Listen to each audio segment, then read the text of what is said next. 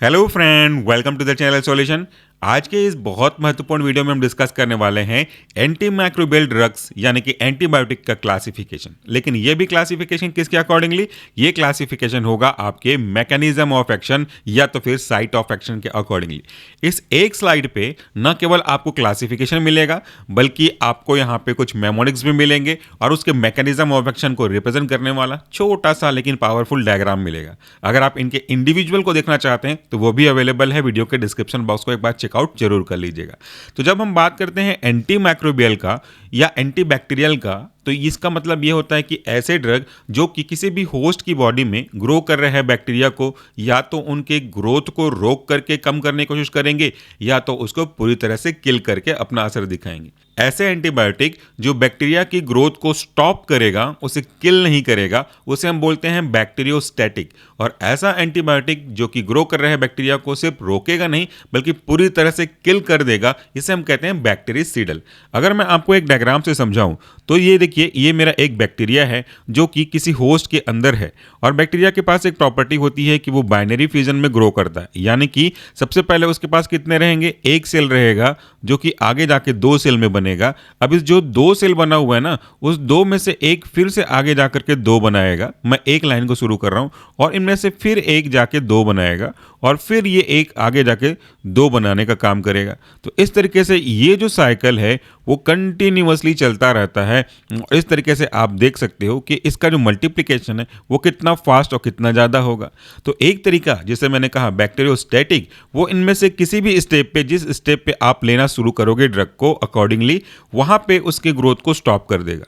जबकि दूसरा जिसे मैंने कहा बैक्टीरियोस्टैटिक की जगह बैक्टीरिसीडल, वो एक ऐसा क्लास ऑफ एंटीबायोटिक है जो कि बैक्टीरिया की ग्रोथ को स्टॉप नहीं करेगा, पूरे के पूरे बैक्टीरिया को किल कर देगा। तो यहाँ से पूरा बैक्टीरिया हट जाएगा, गायब हो जाएगा, कुछ इस तरीके से। तो इस तरीके से हमने देखा दो तरीके से आपका एंटीबायोटिक काम कर रहा है। वैसे तो पूरा क्लासिफिकेशन है, किसके किसके अकॉर्डिंगली क्लासीफाई करोगे उसका ही क्लासिफिकेशन है। जैसे मैकेनिज्म ऑफ एक्शन के हिसाब से क्लासिफिकेशन, दूसरा उनके सोर्सेज के हिसाब से क्लासिफिकेशन, तीसरा उनका जो स्पेक्ट्रम है उसके हिसाब से क्लासिफिकेशन, और चौथा उनके एक्शन के अकॉर्डिंगली क्लासिफिकेशन। तो there are so many types of classification जिसे हमने ऑलरेडी अपलोड किया हुआ है। तो यहां पे अब हम देखेंगे classification of anti microbial drug.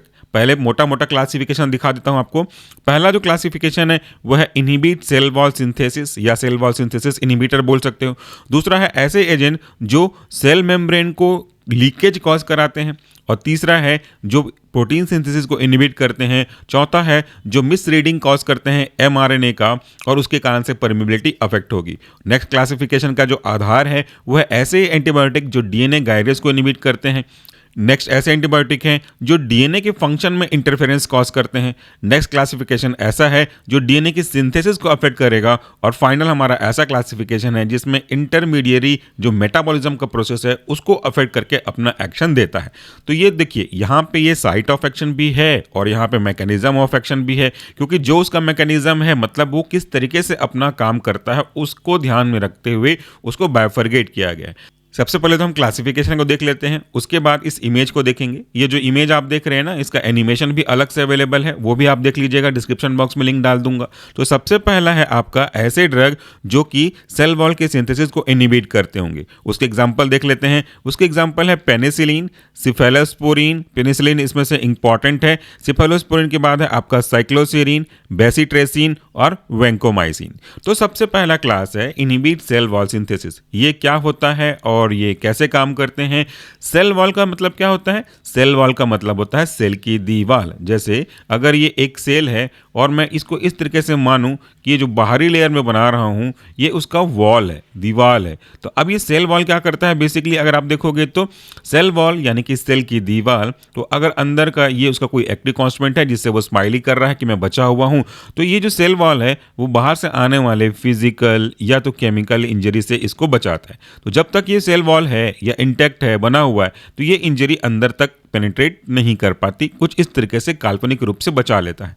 तो पूरा का पूरा खेल यहाँ पे देखिए अगर कि जो बैक्टीरिया का पूरा कॉन्स्टिट्यूएंट्स है वो अंदर सेव है, क्योंकि यहाँ पे बैक्टीरिया का सेल वॉल उसे बचा रहा है। फिर बोल बिल्कुल वैसे ही कि मान लो एक हमारा घर है, जिस घर में आप फिलहाल रह रहे हो या मैं जिसमें वीडियो बना रहा हूँ, तो हम इस घर में बैठे हुए हैं और अनफॉर्चुनेटली या फॉर्चुनेटली जैसा भी बोलो कि जब मैं वीडियो बना रहा हूँ थोड़ी देर पहले बारिश तेज हुई थी और अभी बंद हो गई है। तो जब तक मैं इस घर पे बैठा हुआ हूँ तो अगर तेज बारिश हो रही होगी तो भी ये बारिश मेरे या तो छत से या तो अगल बगल जो हवाओं के झोंकों के साथ आएगा, पानी दीवार से बच जाएगा। तो ना केवल पानी बल्कि हवा अगर ठंडी है या हवा अगर गर्म है तो उससे भी मेरे चारों तरफ से बचा के रखेगी। धूप अगर निकल गया तो इस धूप की तेज गर्मी से भी मुझे मेरी दीवारें और छत बचा के रखेंगी। और कोई अगर पालतू जानवर या कोई बड़ा अटैकिंग जानवर आ जाएगा तो भी मुझे उस दीवार से बचाने को मदद मिलेगी। तो कह सकते हैं कि जैसे आपके घर का दीवार आपको फिजिकल, केमिकल, बायोलॉजिकल इंजरी से बचाता है, वैसे ही बैक्टीरिया का सेल वॉल उसे बाहरी इंजरी से बचाता है। सो हमारा जो उद्देश्य यहाँ पे ये है कि हमको बैक्टीरिया को बचाना नहीं है, बैक्टीरिया को खत्म करना है। और बैक्टीरिया को खत्म करने का सीधा सा फॉर्मूला यही है कि वो सारे फैक्टर जो किसी न किसी तरीके से बैक्टीरिया को सपोर्ट कर रहे हैं सर्वाइवल में, आप उनके सपोर्टिंग फैक्टर को धीरे धीरे कम कर दो। जब उनका सपोर्टिंग फैक्टर्स ही कम हो जाएगा तो अल्टीमेटली बैक्टीरिया सर्वाइव नहीं कर पाएगा। तो यहाँ पे जो मैंने आपको एग्जांपल बताया, पेनिसिलिन, सिफलोस्पोरिन, साइक्लोसेरिन, बेसिट्रेसिन, ये सेल वॉल सिंथेसिस इनहिबिटर हैं। तो जब हम ड्रग देंगे इस मल्टीप्लिकेशन स्टेज में, जब हम ड्रग देंगे तो इस ड्रग देने की वजह से बैक्टीरिया का सेल वॉल नहीं बनेगा। बैक्टीरिया का सेल वॉल नहीं बनेगा मतलब बैक्टीरिया सेल वॉल डेफिशिएंट हो जाएगा। और जब बैक्टीरिया सेल वॉल डेफिशिएंट हो जाएगा तो ऑस्मोटिक एक्टिविटी की वजह से बाहर के जो कॉन्स्टिट्यूएंट है वो अंदर आने लगेंगे और इस तरीके से बैक्टीरिया स्वेल हो जाएगा और बैक्टीरिया डिस्ट्रॉय हो जाएगा। तो अगर आप डायग्राम में ही देखना चाहते हो तो ऐसे देखो, ये उसका सेल वॉल था। हम अगर इस तरह से सेल वॉल्स को डैमेज कर दें तो देखिए पूरा जो उसका बाहरी लेयर था प्रोटेक्शन का वो तो चला गया। अब जो ये एरो पहले इस तरीके से आपको बचाते हुए मतलब बैक्टीरिया को बचाते हुए निकल रहे थे वो अब सीधा इसके अंदर एंटर करेंगे। तो इस तरीके से बैक्टीरिया क्या करेगा, सर्वाइव नहीं कर पाएगा। और जो बैक्टीरिया पहले स्माइल कर रहा था कि भैया मैं तो बच गया, मुझे सेल वॉल ने बचा लिया, अब उसी बैक्टीरिया को यहाँ पे रोना पड़ेगा, वहाँ पे उसको पूरा नुकसान झेलना पड़ेगा। तो इस तरीके से हमारा ये जो ड्रग था सेल वॉल सिंथेसिस इनहिबिटर वो अपना काम करता है और सिंथेसिस ऑफ सेल वॉल को अफेक्ट करता है। तो देखिए ये बैक्टीरिया अब दुखी हो गया। दूसरा जो क्लासिफिकेशन है उसका मैकेनिज्म ये है कि वो कॉज करता है लीकेज फ्रॉम सेल मेम्ब्रेन। देखिए सेल मेम्ब्रेन क्या होता है, आपने पढ़ा होगा, सेल मेम्ब्रेन एक सेलेक्टिव परमिबिलिटी को फैसिलिटेट करने का काम करता है। अगर मैं ये कहूं कि ये सेल है और ये जो बाहरी लेयर देख रहे हैं वो आपका सेल मेम्ब्रेन है तो this is if it is cell membrane, ठीक है, ये मान के चलते हैं कि सेल मेम्ब्रेन है। और इस सेल मेम्ब्रेन को अगर हम किसी ऐसे जगह पे इमर्स कर देते हैं जो उसके जो कंसंट्रेशन है उससे या तो ज़्यादा होगा या तो कम होगा, आइसोटोनिक होगा, तब तो कोई नेचर चेंज होगा नहीं। इस केस में आप देखते हो कि movement of solvent depending upon the situation to situation या तो बाहर से अंदर या तो अंदर से बाहर हो रहा होगा। किसके थ्रू हो रहा होगा, इस मेम्ब्रेन के थ्रू हो रहा होगा। तो ये मेम्ब्रेन अपने सेल की इंटीग्रिटी को मेंटेन करने के लिए बहुत इंपॉर्टेंट है। ऐसा मान के चलो कि एक बलून है, बलून में आपने हवा या पानी भर दी है और उस जब बलून को आप हवा पानी भर के बांध दोगे तो उस बलून का जो आकार है वो हवा के आकार के हिसाब से आ जाएगा, पानी के हिसाब से आ जाएगा, तब तक कोई दिक्कत की बात नहीं। लेकिन अगर किसी कारण से इस बलून में हल्का सा एक छेद आप कर देते हो, छोटा सा छेद कर देते हो, तो इससे क्या होगा, अगर ये बलून है तो उसके अंदर का जो हवा है वो बाहर निकलने लगेगा, अगर पानी है तो पानी बाहर निकलने लगेगा। तो इस तरीके से लीकेज कॉज करने से उसके अंदर के जो कॉन्स्टिट्यूएंट है, हवा हो, पानी हो, कोई भी हो, वो लीक आउट करेगा और उसका जो एग्जिस्टेंस था बलून का मतलब ही क्या हुआ फिर, अगर ऐसे में उसका कोई काम आएगा ही नहीं। बिल्कुल वैसे ही है कि ऐसे ड्रग जो हैं वो आपके सेल मेम्ब्रेन में लीकेज कॉज करते हैं और अंदर का कॉन्स्टिट्यूएंट पूरा बाहर आ जाता है। मैं फिर से आपसे रिक्वेस्ट करूंगा कि ये जो आप डायग्राम देख रहे हैं ना, इसका एनिमेशन रखा हुआ है ताकि आप अच्छे से समझ पाएंगे उस चीज़ को। एनिमेशन आप ही के लिए बनाया गया है। तो उसके अंदर कौन कौन से एग्जाम्पल हैं, आपके सेल लीकेज करने वाले एजेंट के अंदर में पॉलीमिक्सिन्स, कोलिस्टीन, नाइस्टीन, उसके बाद है आपका बेसिट्रेसिन पॉलीमर्स, एम्फोटेरिसिन बी, उसके बाद है हैमसिन। तो ये जो ड्रग हैं वो लीकेज कॉज करके अपना काम करते हैं। फिर हम बात करें अगले की तो वह इनहिबिट प्रोटीन सिंथेसिस, यानी कि ऐसे ड्रग जो क्या करते होंगे, प्रोटीन की सिंथेसिस को इनहिबिट करने का काम करते होंगे।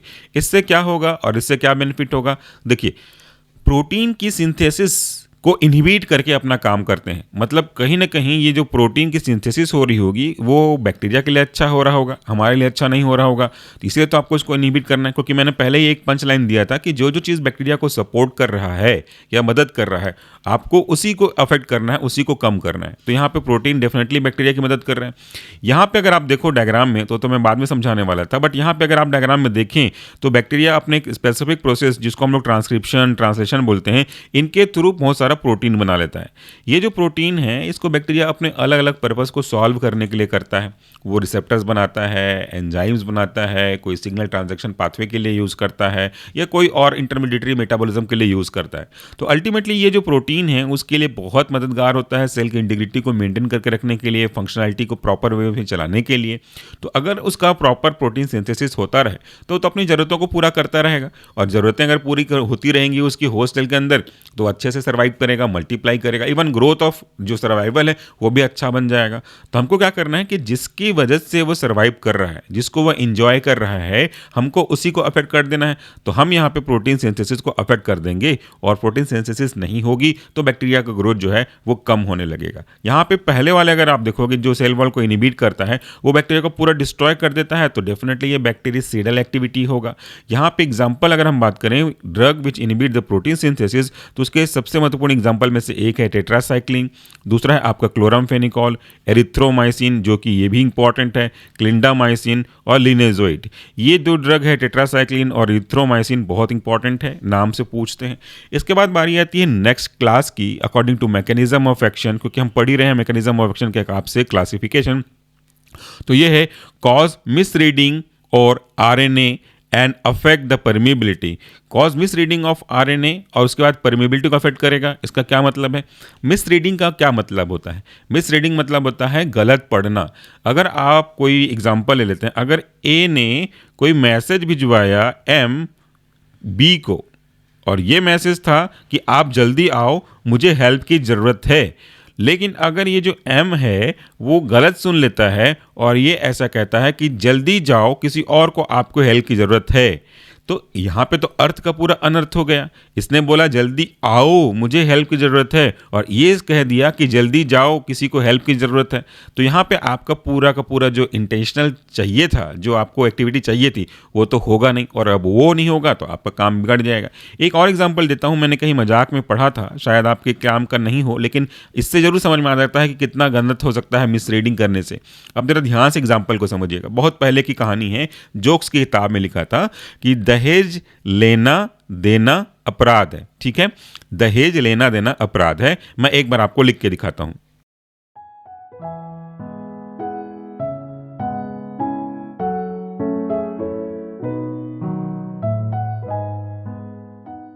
तो ये देखिए मैंने लिखा है, माफ़ कीजिएगा मेरी हिंदी की हैंडराइटिंग अच्छी नहीं है, ऊपर से इस पेन टैप पे तो और अच्छा हैंडराइटिंग नहीं आती है। तो इसमें मैंने क्या लिखा है, बहुत महत्वपूर्ण एग्जांपल है, यही पे कॉन्सेप्ट क्लियर कर देगा।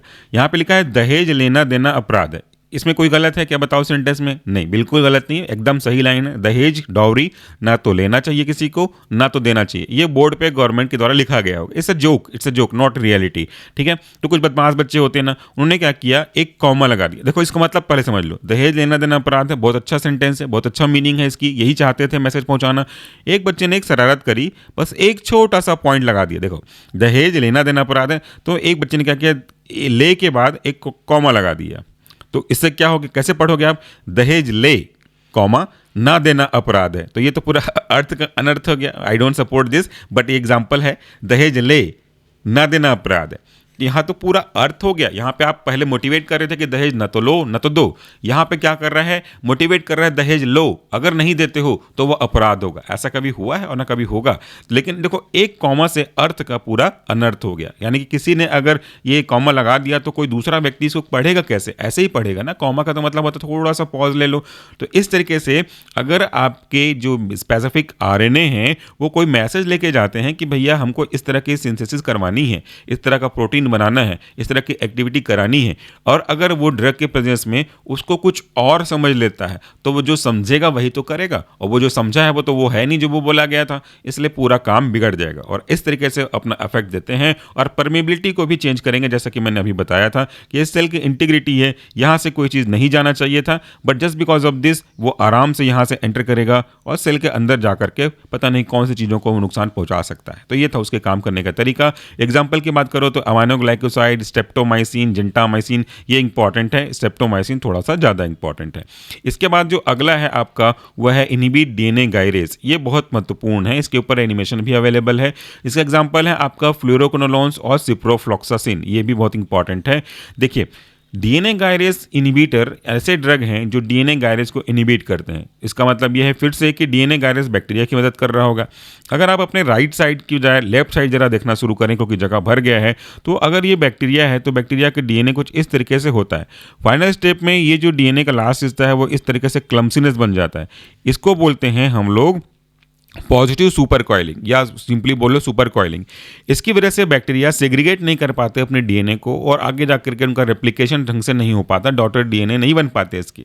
इस प्रॉब्लम को ठीक करने के लिए यहाँ पे एक तो पहले तो आपका जाता है टोपोआइसोमरेज, डीएनए गायरेज और हेलिकेज, सब अपना अपना काम करते हैं। पहले हेलिकेज आ जाता है, इनको फिर वो इस तरीके से अलग करने का काम करता है, टोपोआइसोमरेज आ जाता है।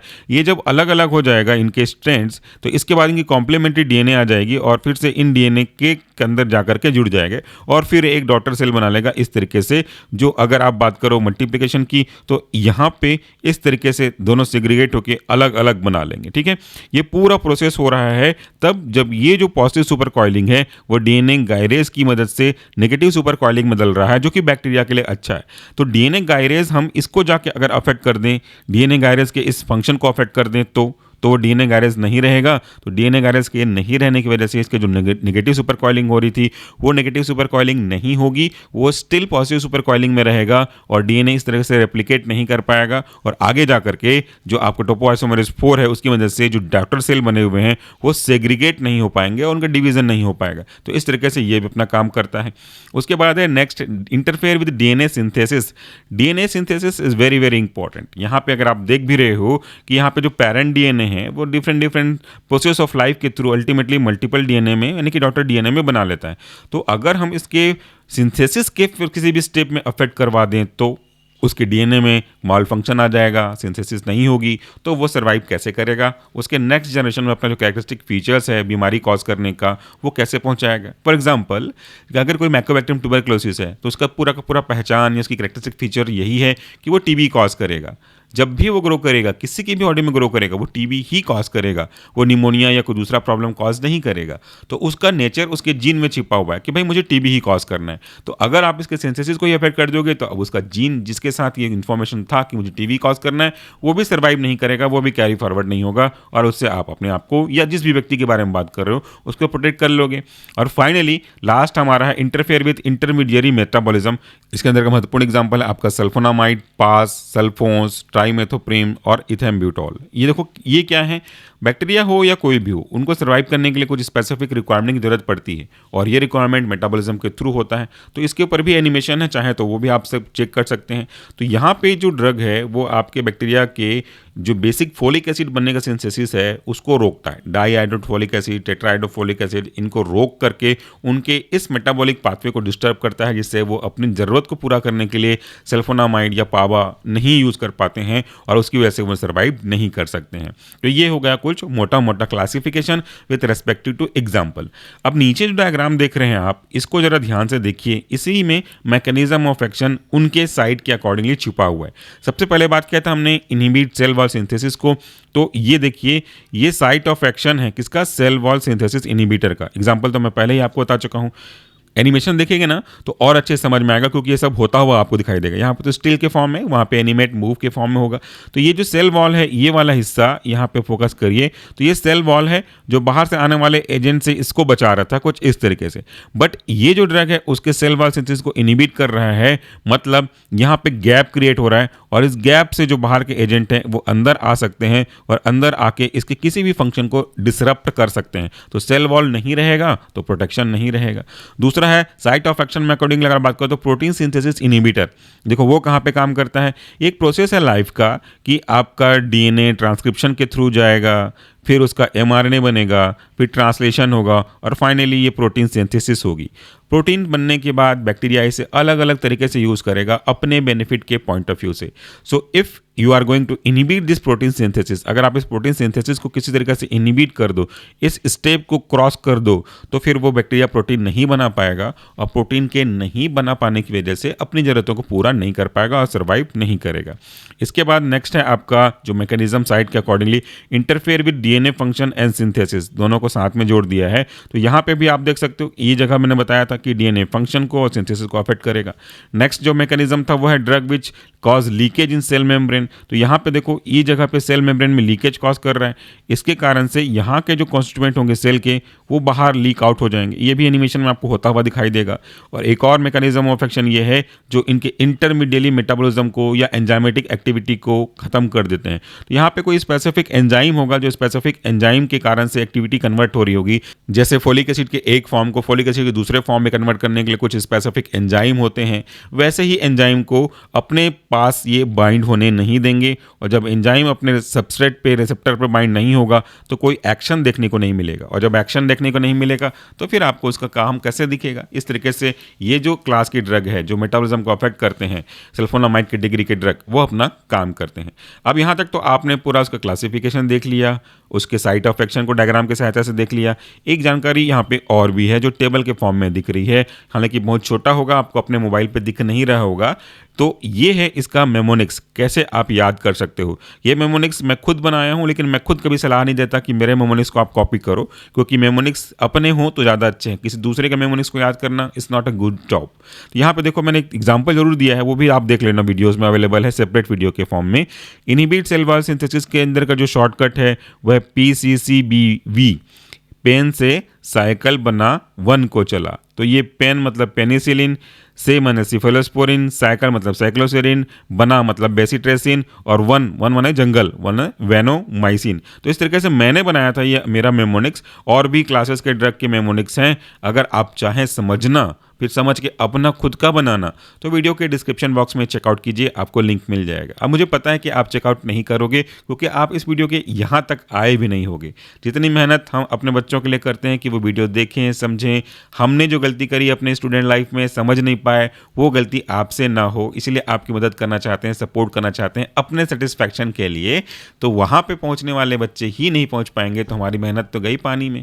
इसलिए उम्मीद करता हूँ कि आप यहाँ तक पहुँचे होंगे। कमेंट बॉक्स में बता देंगे कि आप पहुँचे हैं, बाकी लोग को भी मदद कर देंगे बात तो पहुँचाने में, तो काफ़ी अच्छा होगा। तो आज के वीडियो के लिए इतना ही। Thank you so much for watching this video. नमस्कार, टेक केयर।